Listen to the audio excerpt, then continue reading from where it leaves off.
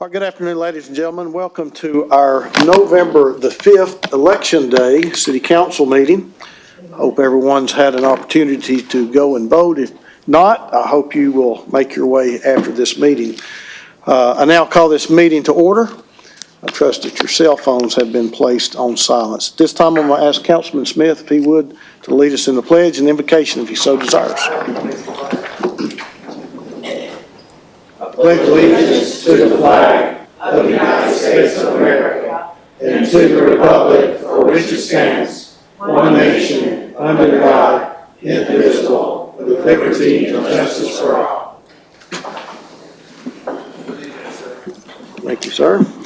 All right, we have no special presentations this afternoon. Could I have a motion on the minutes? We have a motion and a second. With no objections, the minutes will stand as they are recorded. All right, council, diving into this week's agenda. We have one reading or one ordinance on final reading. Any questions or concerns on item 7A? If not, looking at ordinances first reading under Office of the City Attorney. This is basically our vote changing the requirement for residency inside of the state of Tennessee. Any questions or concerns over this? All right, moving into resolutions. We have one appointment under council office, moving through economic development, mayor's office, and parks and outdoors, which I think we covered last week, these two items, correct? I believe we did.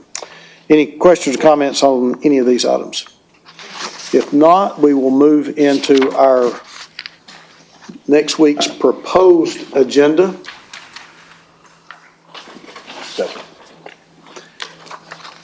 Our one ordinance on first reading this evening will be on final reading next week. Moving into ordinances first reading under Parks, Public Works, and Wastewater. And then we will have Planning and Zoning Committee this afternoon. Yes, sir. Is that correct? We'll discuss any questions concerning 8B. Moving into resolutions, we have quite a few appointments for your consideration next week. Any questions or comments concerning any of these? All right. Moving on through economic development, mayor's office, and parks, public works, and wastewater. Any questions or comments? All right, and then our last item under resolutions for our proposed agenda next week will be police. All right, seeing no questions, we'll move into our purchase items for this evening. Questions or comments concerning any of our purchase items for tonight? And we do have one emergency purchase to go over and a sole source purchase. All right. Moving now to future considerations. Anything under future considerations that needs to be brought to the council's attention at this time?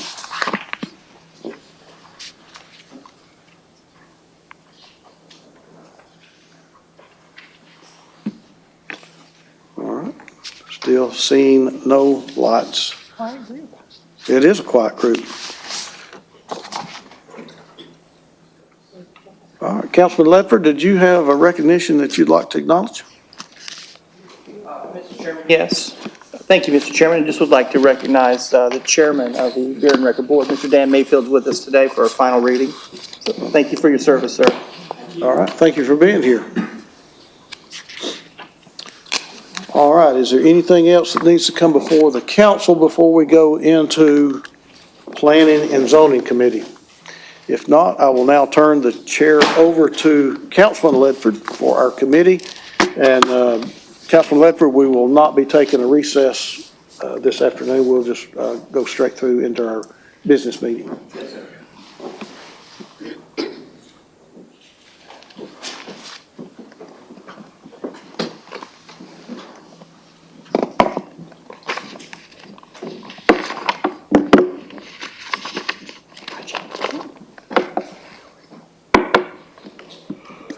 Good afternoon, everyone, and welcome to our planning and zoning meeting. I would like to accept a motion on the minutes, please, from our last meeting.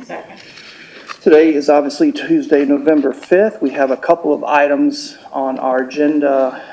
Madam Clerk, would you mind reading the first item, please? An ordinance to amend Chattanooga City Code, Part 2, Chapter 38, the Chattanooga zoning ordinance, as adopted by ordinance number 14137 on July 23rd, 2024. We're going to put a pin in that one just for a moment. We move down into resolutions, please. Item L, a resolution authorizing the Administrator of Planning to enter into a contract with WSP USA for the Atlanta, Chattanooga, Nashville, Memphis Corridor Identification and Development, Step 1 Professional Services, for an amount not to exceed $472,426.98.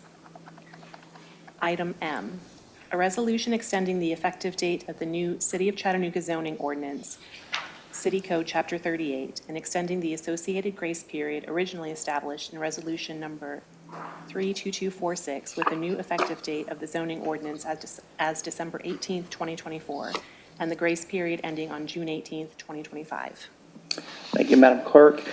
Council, if you'll allow me to, Mr. Ellis Smith, will you come up and brief us real quickly on the WSP USA and our conversation going over this so we can have information, including from the origins? Happy to do it, Mr. Chair.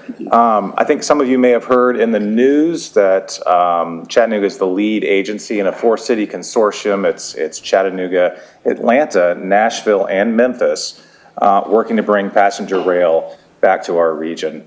Believe it or not, there's railroad trains going over the rail right now between those four cities, run predominantly by CSX, but not passenger rail.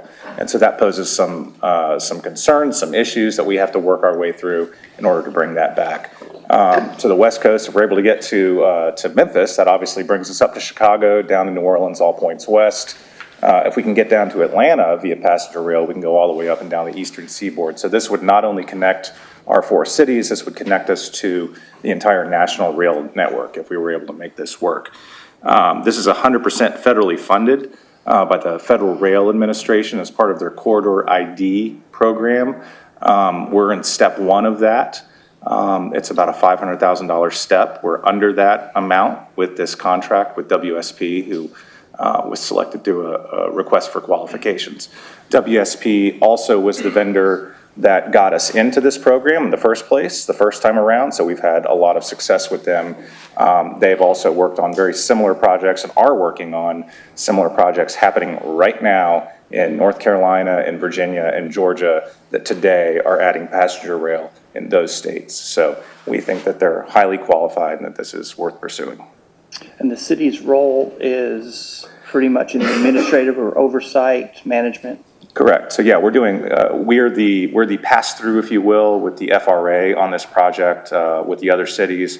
We've also brought on, as we look to what this will become down the road, looking at models such as Virginia and North Carolina, we're going to be looking to the state of Tennessee, the state of Georgia, to also start coming in and picking up a lot more slack. They are already alongside us on that journey, and we're having regular meetings with them. So over time, we feel that the states will assume a larger and larger proportion of the work on this. But in this initial step, it is Chattanooga. Very good. I do have a couple of lights, so hang tight there, Vice Chair. Thank Bill, you. please. Ellis, at what point is success defined for this project? Me being able to go to Nashville or Atlanta on a passenger rail train. So that, is that the official? So success, this is a multi-step process. This first step is really about getting our arms around the project. And I'm going to work my way to your answer if I can. Who's going to ride it? We don't know that officially yet. Where are they going to want to go? How much are they going to want to pay? When are they going to want to leave? Where are we going to have to build sidings? All these different types of things have to be looked at. We'll then start to take apart those individual projects in the next phase and say, okay, we had to build this siding. We had to, add this extra set of track over here, and do engineering with those. And then those will be built. The actual operations function of it, which a lot of people assume it's going to be Amtrak. It could be Amtrak, it probably should be Amtrak, but we don't know who's going to be the ultimate operator of it at this point. That will be determined by essentially how well we do the business plan, if you will, in this phase. And that's why we wanted to make sure we got a really high quality operator who understands this business so that we don't get down the road, so to speak, and have a bunch of things built and have something that's not operable or that doesn't make good business sense. So in terms of this program, I think our goal is to be able to get to the end of the quarter ID process and have a wonderful business that we can hand off to an Amtrak or whoever that might be who can operate it. So this first step that we'll be voting on is for the development of a business plan?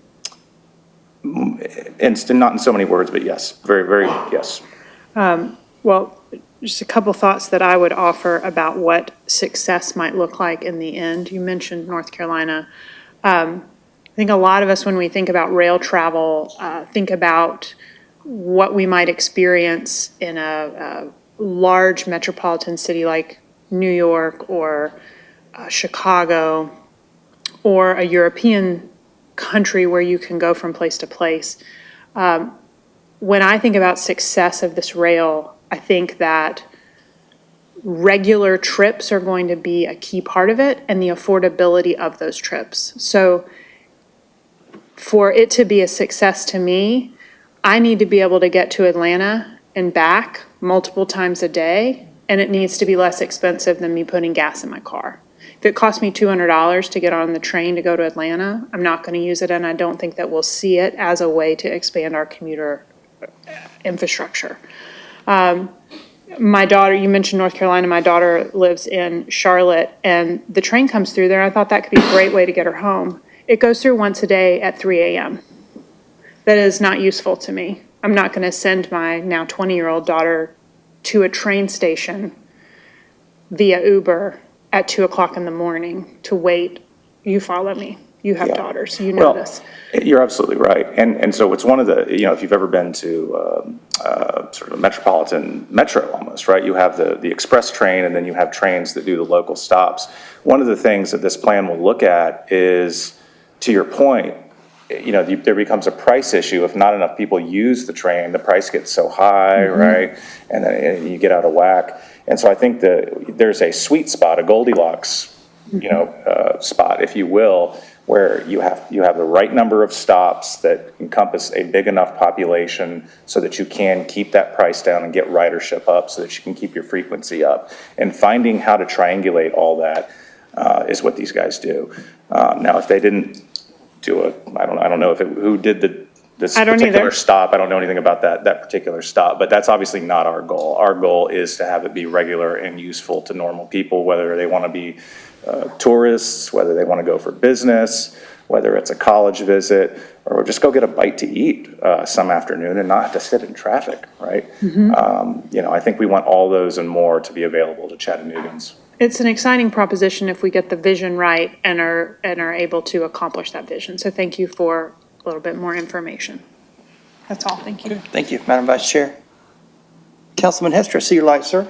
Yes, thank you, Ellis. Man, I'm looking forward to this because we take the train from Birmingham to New Orleans. And man, I can just take the train here from Atlanta to Birmingham to New Orleans. Yeah, so thanks for the idea. Appreciate it. Thank you, Councilman. Seeing no other lights, Right here. Ellis. You got my hand, cause Have they still not fixed your light? I'm still broke down over here. Councilwoman, I'm gonna try and help you out. This light needs to be fixed by next week. Thank you. Her voice is not being recognized without her having to go through extra steps. And I think I'm not a fan of that. Councilwoman, hit your light for me. Thank you. Well, he already hit it for me. Thank you, I appreciate it. I'm really excited about this, because I remember when, then Mayor Andy Burke in 2013, he talked about it a lot when he first ran for office, so we really see the conversation still moving forward and finally getting to a point of planning it and actually implementing it. I'm really excited about that. Listen, Beck, and then when we asked the question about who's gonna ride, ask Commissioner Beck, because he had hundreds of seniors just riding the train to get to New Orleans, and he's the connecting piece to our seniors around Chattanooga. But millennials most definitely will ride. It opened up economic opportunities for jobs, like people can hop on the train and go to Atlanta, which a lot of people that live in Atlanta, that's what they do. They hop on the train and go to other municipalities just for work, hop on the train to go eat, for entertainment, those kind of things. So I'm looking forward to it for everybody, because when you go to other areas, that's what's happening. Different modes of transportation, right? We're not just stuck in traffic. And people that are now transit here into Chattanooga, that's the one thing that they say, man, we need more transportation options, right? So I'm really excited about that. It's my hope that we're not gonna get caught up in, well, how much is it gonna cost to catch a train? If I pay $50 to ride the train and the cost of Uber every day, like, it's gonna outweigh itself. We prioritize the things that are important, and transportation options is very important to people that's in Chattanooga and surrounding Chattanooga. So I'm looking forward to it. Kudos to this administration. Hopefully you all can get it done before his last term. Well, and one thing on that, obviously this cost is fully funded by the Federal Rail Administration, but I think it's also important to remember, we were just here recently talking about a big traffic jam on the interstate, and that is not without cost, right? And so currently today, we don't have a safety valve. We don't have another mechanism for people to get to Atlanta except by car.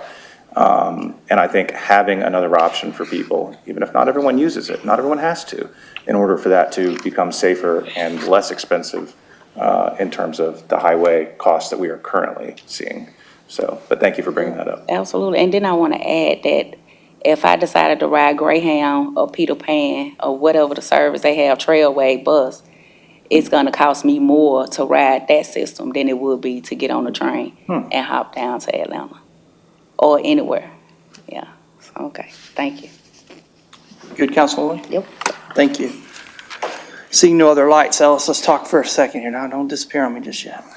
So as I look to our incredible new marketing brand, it's a nod to our history of transportation and trains, quite frankly. So I think it's very suitable and notable that we are experiencing this. This isn't a high-speed rail study, though. I think that should be noted, because a lot of folks out there, and I'm glad our newspaper reporter just looked down on that one. This is not the high-speed rail, so don't associate it with that.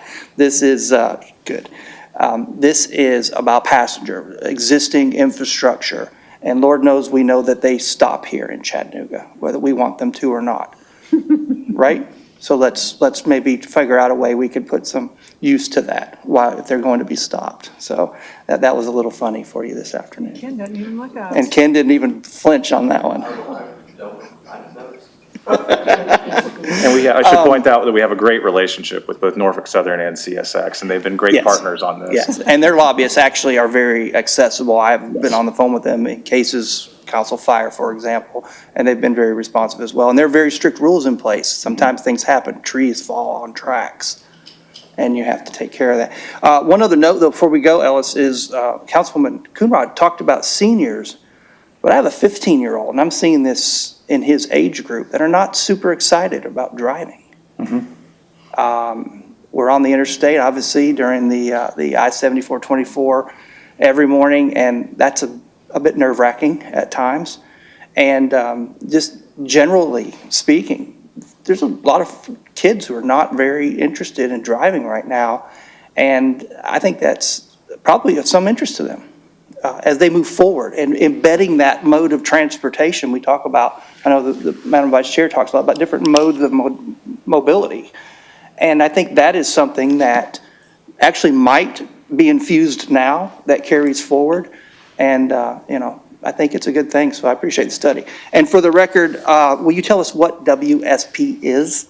so folks know? WSP is and I couldn't tell you what the acronym stands for off the top of my head, but it's a worldwide global engineering firm. This is actually a consortium of a number of firms. I wrote down BAE Urban Economics, who's going to be doing some of that business planning that we talked about, Vice Chairwoman, and then STP, who has done a ton of rail stuff from New York down to Florida, is doing rail stuff right now. So these are, everybody from engineers to economists to analysts and people who will be doing public engagement as well around this. Again, one of the questions, which we won't get into today because we don't need to, it's too early, but where all is it going to stop, right? That's a big question. We got to figure that out. Where does that make sense from a business plan? Where do people want it to stop? And what is that transit-oriented development going to look like in the future? So they are the prime contractor, if you will, and then there are a number of others who will be working with them. Very good. Seeing no other lights, I'll add on this. This is being funded by the Federal Rail Administration. Yes, sir. Thank you very much. 100%. 100%. Thank you. Ellis, thank you so much. Thank you. Council, thank you for your very thoughtful questions. We will now move into our planning item unless there are any questions on item M on our agenda, which is the 6-month extension that council has approved. Seeing none, we'll move into our planning item. Karen, are you ready? So Karen, this will be about a 4-hour presentation. We're going great detail on all these items. 68 pages of notes. Yes, there's a brief presentation just covering these items. So the item is an amendment package to the new zoning ordinance. So the zoning ordinance was adopted in July. We've been using it. LDO's been using it. Planning staff have been using it. The development community, we've been meeting with neighborhoods. And so part of this is in response to what we have been hearing. We do plan on a full first quarter. We committed to a first quarter package of changes. We're planning on that in January. Some of those will be a little bit more substantive. These are intended to do a couple things, some things that council requested as we move through the last stages of the adoption process. Some are LDO enforcement related, trying to clarify language. There we are, in the mapping process, some that we identified a couple items to make something truly equivalent. So we've added some permitted uses or noted that those are permitted uses in zones. And then some items just needed immediate attention. A lot of those are corrections to numbering or just mistakes that we made where we changed how we labeled the landscaping buffers, but forgot to change that in the table. So those are just some corrections. So more specifically, they're listed here. I think some of the thinking about changes that council requested. One was adding suburban lot compatibility requirements to RN1 7.5. This was identified through the last few phases of the creation of the zoning ordinance. We have a requirement, we have new administrative modifications. This is where less than a 10% change, you don't need to go to BOZA. So if you just need to change a half a foot or one parking spot, this is intended to go through the administrative modifications. It was going to be, it's in the ordinance right now, that you would send out notifications to everyone in the area. They would give input.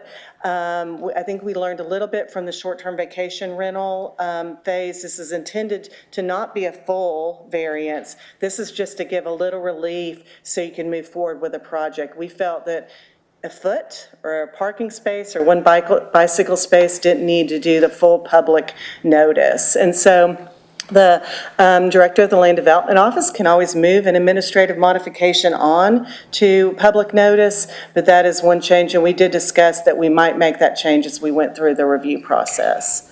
We clarified non-conforming use timeframe language does not apply to signs. The city attorney worked with in the process with that. We had a community centers townhomes cleaned up RN2T, which we had already removed, and corrected the landscape buffer table. And then we had to have some building materials and development standards in the zoning ordinance. We got quite a bit of feedback from this during the development phase. talking about how we really need to tighten up some of the language to make it truly enforceable, and that someone going through the process would have a reasonable expectation to understand how that language was going to be enforced. We did hear from council that enforcement was very important. This was one that we, in talking to folks, we just didn't have enough time to figure out the right solution and the right language. So we are going to do that with a stakeholder group starting in January. So we removed the language for now, and we've tried to be really clear for now, that the language that's not very clear and might be hard to enforce, we're removing it for now with intention to clean it up. This does not remove all the development standards. These are ones specifically related to facade improvements or facade standards and facade entrance requirements. One of the things we heard was not all front doors have to face the street, and that's not always something that's in the kind of the way we develop. So those are things that we've taken out for now, but announced that we will put back in after we've had a little bit more time to clean them up. So there are a lot of items in this package, but one change usually requires that 5 different places make a change. So that's kind of, these are the chunks in there, and just trying to clean up as we go along. Are there any questions? Karen, that was extremely high level. Wow, I love it. But I knew we would have some questions, Madam Vice Chair. Thank you. I appreciate the clarification on the why of removing the facade requirements. However, it makes me a little bit nervous to walk out there without a belt and suspenders sometimes. So can you give a little more clarity on the timeline for that working group and when you Yes. expect that we will have something to put back in the code if we agree to take it out? So we discussed with the plan, so our plan right now actually is to, this is kind of a quick, we're December 18th. If the process moves quickly, we hope to have, moves through the steps, a zoning ordinance that includes the ordinance itself and the map effective December 18th. So starting January 1st, we intend on working on the official first quarter changes, which are some of the feedback we got through the adoption process and this item. So we have been communicating to Planning Commission and to stakeholders that we're starting that in January. So there are still items in there that are development standards, but facade materials, for example, does the backside of a building that fronts on an unopened alley really need facade improvements? Maybe not, but it could be if that is an open alley or there's something on the other end. And so some of the language, particularly with the architectural detailing, pretty much all the stakeholders said that they do not see that that was enforceable. We also had a review by Opticos, which does this type of work, and they too picked up on that. So I have kind of and I can share with you a memo of taking the Opticos and feedback we got, and we pulled out some of the things that are the hardest to enforce and left the rest of it in there. And so we did coordinate with LDO on that, but we didn't want them to gear up for something that we might change later and have to create a whole new process for. So our intention is January to start the process, with the idea of possibly February heading to Planning Commission, and that's where we're at right now. But I can share with you a memo on what was the Opticos and what feedback we got from the development stakeholders and how we're addressing it through this change. Thank you. So Councilman Ledford, you've got your finger on the pulse of a lot of things that are coming down the pipe just by virtue of being our representative on Planning Commission. Does this throw up any orange flags for you at all? I mean, I think about this zoning where we've given somebody the ability to go 12 stories, and if they manage to sneak it in right there in between when we don't have these facade things, what might we end up with? Should I even be worried? I believe that with the collaboration with the stakeholders, which it's been an extremely encouraging project working with RPA. I feel like we've got our finger, that was a good term to use, our finger on the pulse. I think we could head off or hurt off any type of unforeseen or unintended consequence through this process as we move into and towards January and having the full spectrum of the zoning amendment. So I am feeling very comfortable because a lot of this feedback, obviously with this amendment that we're seeing here today, is based on council input, stakeholder input, RPA. I mean, we are working together. And probably better than we've ever worked together with our stakeholders and our community. Next week, I have an open house at Hamilton YMCA to talk about equivalency mapping. I encourage you all, I'll take this opportunity to make sure you do that. RPA's We're work. doing that on the 14th. Very This year, good. too. That's exactly what we want to happen. So I feel like that we're all doing what we should be doing, and that we are watching it, and we're watching each other. So I feel very comfortable. Okay. I'm happy to report back. I'll report back in December and where we are and heading towards that. So, yes. Okay. Okay. Okay. Thanks. Karen, anything else? No. Council, this is a great opportunity. I am not seeing any questions. Karen, I would run while you have the opportunity. Thank you. Very good. Thank you so much for that. Council, that will conclude any business on our agenda for this afternoon. And I believe that there's no other business. I will yield the chair back to the chairman.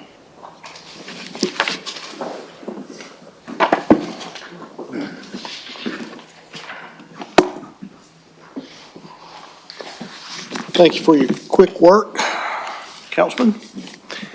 We will now move into our order of business. Looking at ordinances, final reading. Madam Clerk, 7A. An ordinance amending Chattanooga City Code, Part 2, Chapter 5, alcoholic beverages. Councilwoman Burrs. Move approval. We have a motion on the floor to approve with a proper second. Questions or comments? All in favor, aye. Aye. Any opposed, no. The ayes have it. Now moving ordinances, first reading.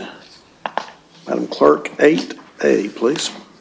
An ordinance to amend the charter of the city of Chattanooga and all acts, ordinances, and other charter provisions amendatory thereof pursuant to the provisions of Article 11, Section 9 of the Constitution of the State of Tennessee, Home Rule Amendment, so as to change the city charter by deleting Charter Title Section 3.1.1 in its entirety, so that employees are no longer required to be residents of the state of Tennessee, and that the clerk of the city council shall certify the passage of this ordinance to the Hamilton County Election Commission and request the proposed amendment to the city charter of the city of Chattanooga, Tennessee, be placed on the ballot to be used in the general state election to be held on or about March 4th, 2025.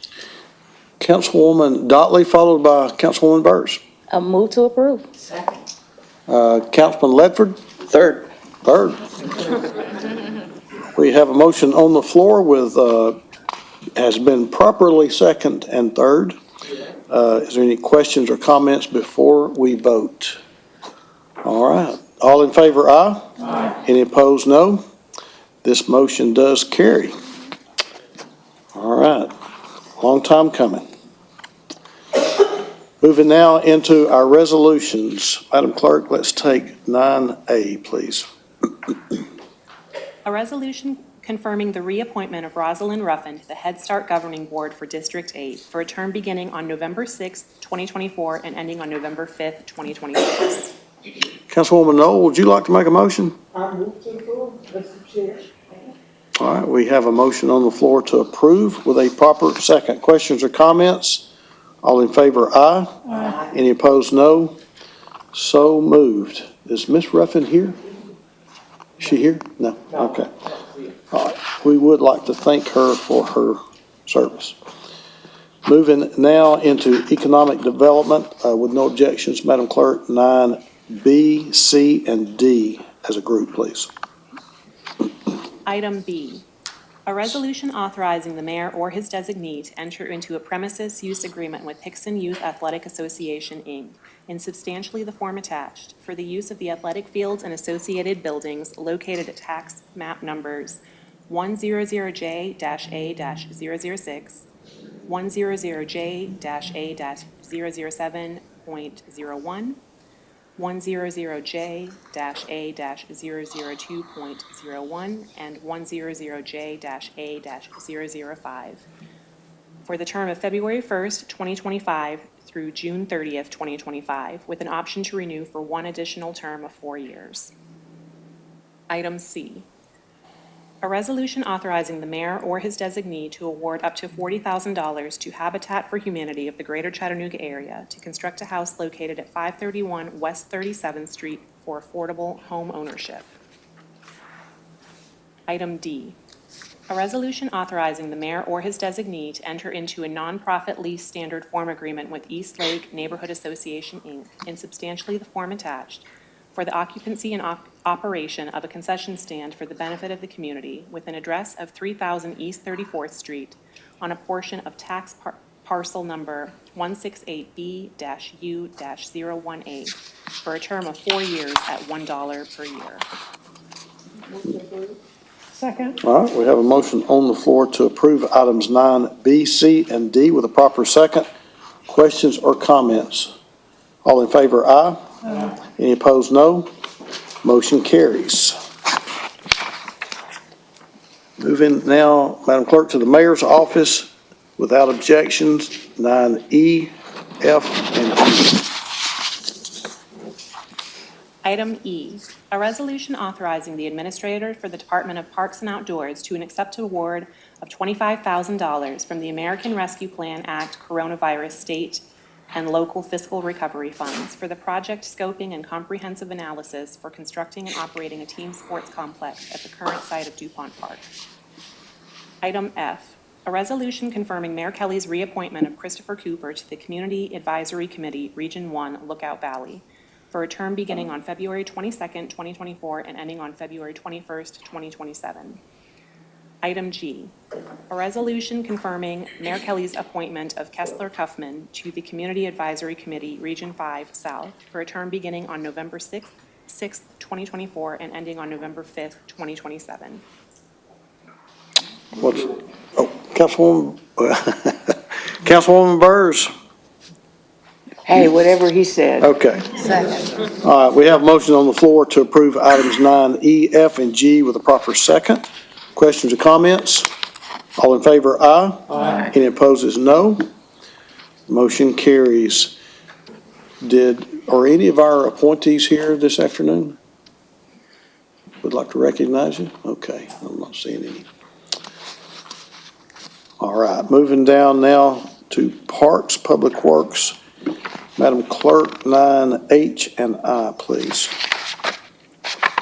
Item H, a resolution to amend Resolution Number 32267 for the Department of Parks and Outdoors to enter into a third amendment to the Aquarium Plaza Water Feature Maintenance Agreement with the Tennessee Aquarium, in substantially the form attached, for an increase of 5% annually over the next 3 years, bringing the yearly total up to $373,334.00 for the third year. All right, what's the pleasure of the council? I thought we were going to read both one.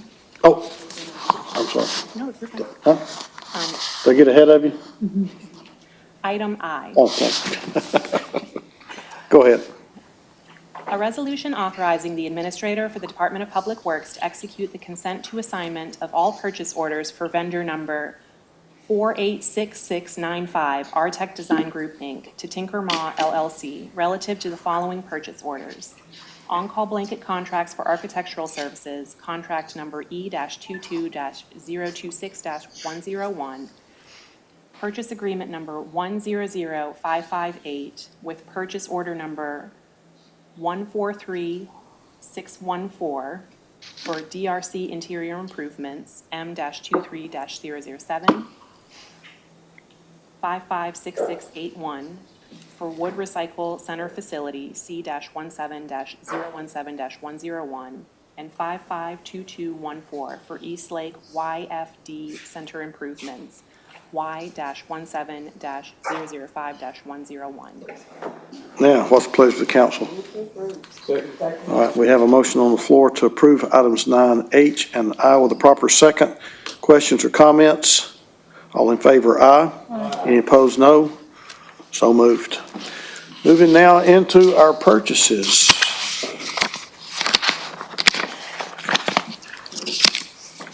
Okay. Afternoon, Ms. Talley. Good afternoon. We have 4 purchases recommended for approval this evening. The first one is Head Start. This is a one-time purchase of a playground playset.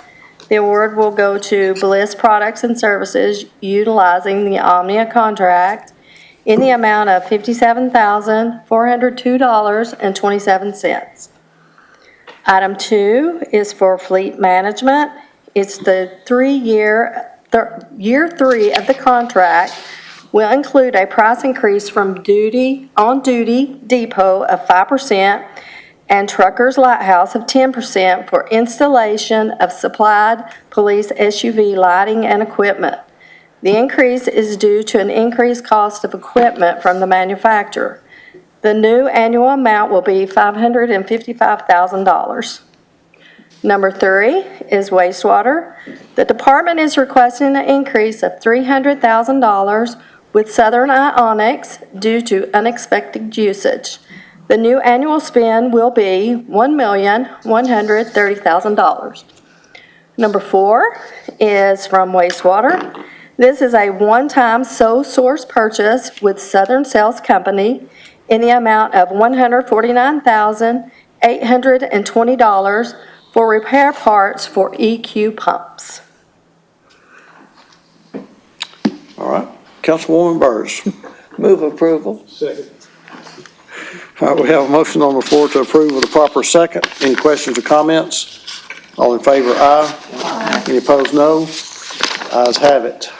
Okay, I have one emergency purchase. It's for wastewater. The original emergency purchase of $250,000 was due to repairs due to an internal liquid oxygen leak. The final invoice has been received from Southern Works and subcontractors, and the total amount is $275,640.11. Okay. And we have one sole source. It's from wastewater. This is a sole source purchase with Guthrie Sales and Service in the amount of $20,100 for pump repairs utilized on primary clarifiers. All right, thank you, ma'am. You're welcome. All right, that takes us now down to committee reports. Councilwoman Coonrod. Councilwoman Knoll. No report, Mr. Chair. Councilwoman Dotley. Councilman Smith. Councilman Ledford. Thank you, Mr. Chair. Planning and Zoning did meet today where we discussed our first round of Chapter 38 zoning amendments and a Atlanta, Chattanooga, Nashville, Memphis corridor identification and development funded by the Federal Railroad Association. And also our zoning extension, a grace period to June 18th, 2025. Thank you, sir. Thank you. Councilman Hester. No report. Councilwoman Burrs. No report, sir. Vice Chair Hill. No report. All right, thank you. All right, Councilwoman Coonrod, I think you had something that you needed to bring before the council. Yes, thank you, Chair. Chief Chambers, if I could ask you a question. And Chief Chambers and I have already spoken about this. I received a couple of phone calls, and I'm sure other council members may have or may not. But will you explain the process of your restructuring so publicly people know? Because the phone call that I had received is that they were concerned about the potential reassignment of Chief Jerry Sutton being removed from executive leadership, and really was concerned is that they don't want the restructuring, and the final changes to affect people, black people that are in leadership. And we know when we spoke early on, diversity in your administration was a key priority.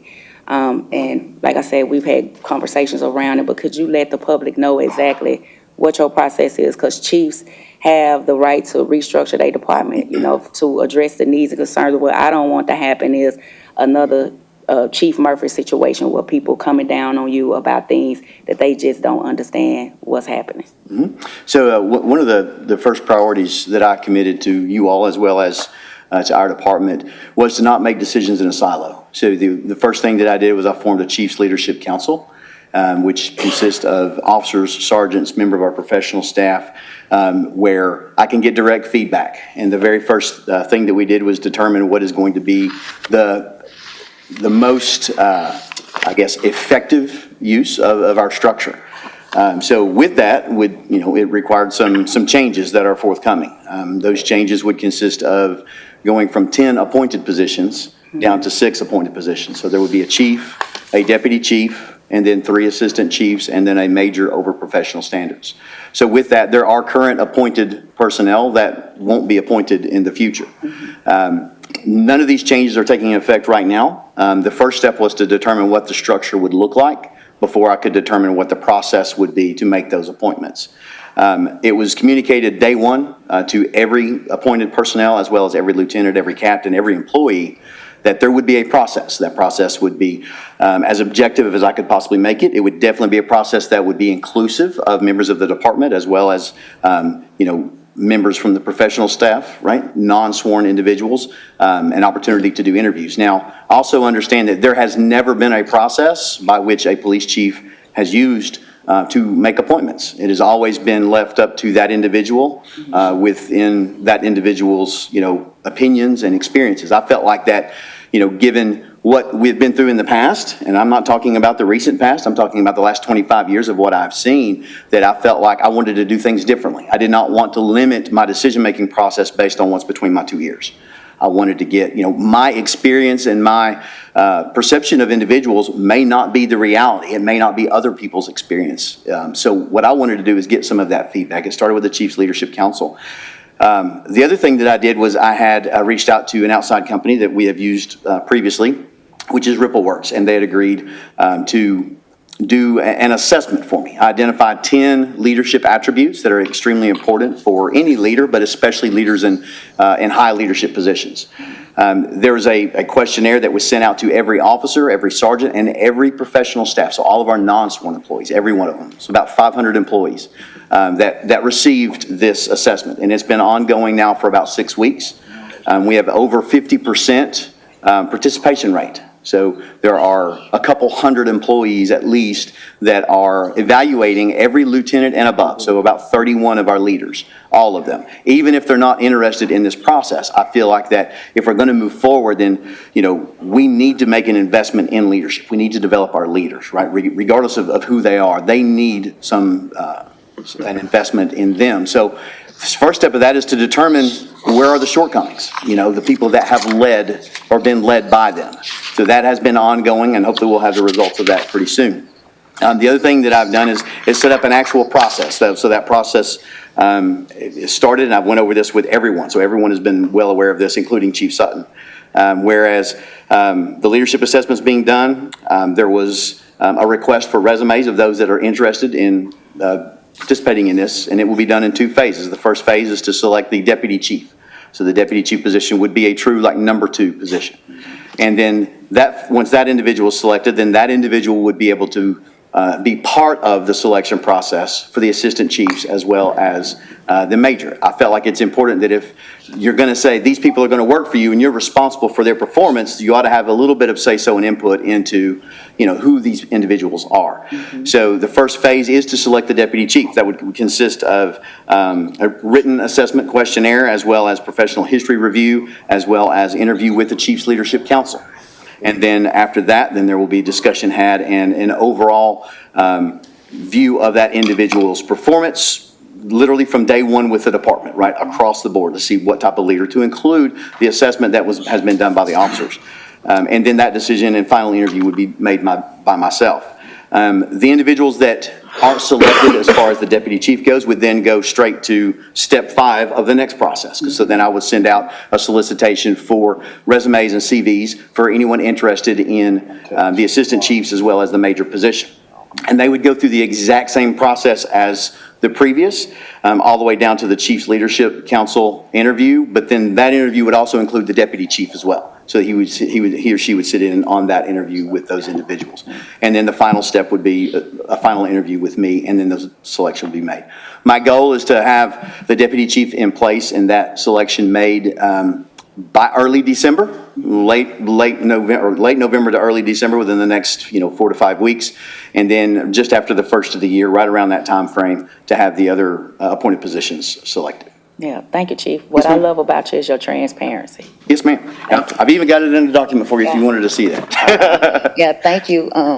just for, explaining that process with us. I know how people get caught up with the union and all that kind of stuff, and they'll blow it up before you know it, and it's like, whoa, wait a minute, what happened? Right. So I really appreciate you explaining that. But that's all I got for you, unless somebody else got. And then, Chairman, I need to just say something else that's real pressing on my mind before we go somewhere else, before you end, is that I just want to say that people got to stop trying to get other people to join in foolishness. And this, my first time addressing it, and it's going to be my last time addressing it, is that as a council person, I didn't have any decision-making on who got appointed to be over the community development, to be in that department, in that role. I'm tired of people calling and asking about it, saying that somebody from the council been telling people that. So what I need people to do is, if a council member done told you this lie about something that they think that I've done, I need you to ask that council member why is that being done, and really find out the truth, because people will go with that information as if it's something to, because I don't know any council member that just go around saying, I want Bob to be this person, and then they automatically get the job. Like, it's a process that we go through, and what we do once the process is done, we vote whether or not that person gets the job, if we're going to appoint them or not. That's the role of a council member. So I'm grateful for the two women that are leading the department. I'm excited about what they're doing. Anybody that did apply, we didn't know who applied for it. It's not like we was presented as council to council that, oh, here's a package of information of people who applied for this job. But what we did here was rumors of people who was interested in the job. But the final two was presented, and those were the ones that we voted on. So please go to the individual who's spreading that lie. Thank you, Chair. Council, I need to redirect our attention back to a previous item on the ordinance's first reading under 8A. It has been brought to my attention that we may need to amend this to say to be used in a general state or municipal election to be held on or about March 4th. Would anybody be willing to entertain a motion to amend? All right, we have a motion on the floor to amend the caption to say to be used in a general state or municipal election, and we have a proper second. Are there any questions or comments before we vote on this amendment? All in favor, aye. Aye. Any opposed, no. Mr. Attorney, I guess we need to vote on now the amendment. Yes, the amendment as amended. Okay, we have a motion on the floor to approve as amended with a proper second. Questions or comments? All in favor, aye. Aye. Any opposed, no. All right, motion does carry. Thank you, council, for going back and readdressing that. All right, we come now to the time in our agenda where we recognize persons wishing to address the council this afternoon. So I'm going to ask the attorney if he would to read the rules before you begin, sir. Okay, sir, at the end of each council business meeting, the chair will recognize members of the public who wish to address the council, and here's your rules. Each speaker wishing to address the council can only be recognized at the microphone provided up front for that purpose. Can't have more than 3 minutes to speak, and you can address the council only upon matters within their legislative and quasi-judicial authority, and not upon matters which are not under their authority or regulated by other governmental bodies or agencies. You can't engage in vulgar or obscene language, nor use the floor to personally attack or personally denigrate others. And you have to address your comments to the council as a whole and not make comments directed towards individual council members. And lastly, do not engage in disorderly conduct or disrupting a public meeting, which is prohibited by Tennessee law. If someone commits that offense, if a person substantially obstructs or interferes with the meeting by physical action or verbal utterance with the intent to prevent or disrupt a lawful meeting or gathering.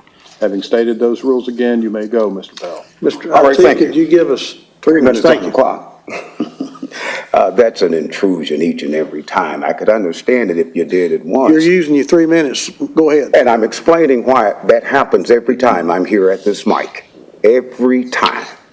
Now, I just asked your police officer, as far as I'm concerned, Celeste Murphy is still the police chief, as far as I'm concerned.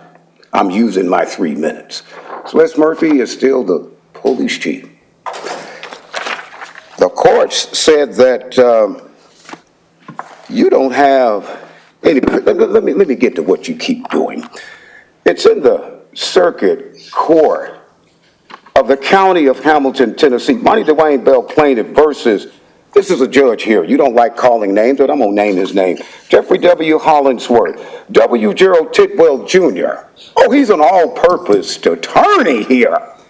Oh, boy, he's an attorney for the city. He's an attorney for the county. He's an attorney for the state. He's an attorney for his wife, who's not his wife, and then she's his wife, and then she's not his wife, and then she's his wife again, and then she's not his wife, Gwen Tidwell. And then he's an attorney for himself, W. Gerald Tidwell Jr. The law says here that only an individual can proceed pro se. You got a company, you better not come against Monty Bell. This is what he wrote a long time ago. Let me get to it, 1:20. Let me show you how good I am. Motion to extend time within which to answer the complaint. Comes now defendant W. Gerald Tidwell Jr. and moves this honorable court to enter an order extending the time to file a responsive pleading 30 days late. He's already late. 30 days from the date that a responsive pleading is due.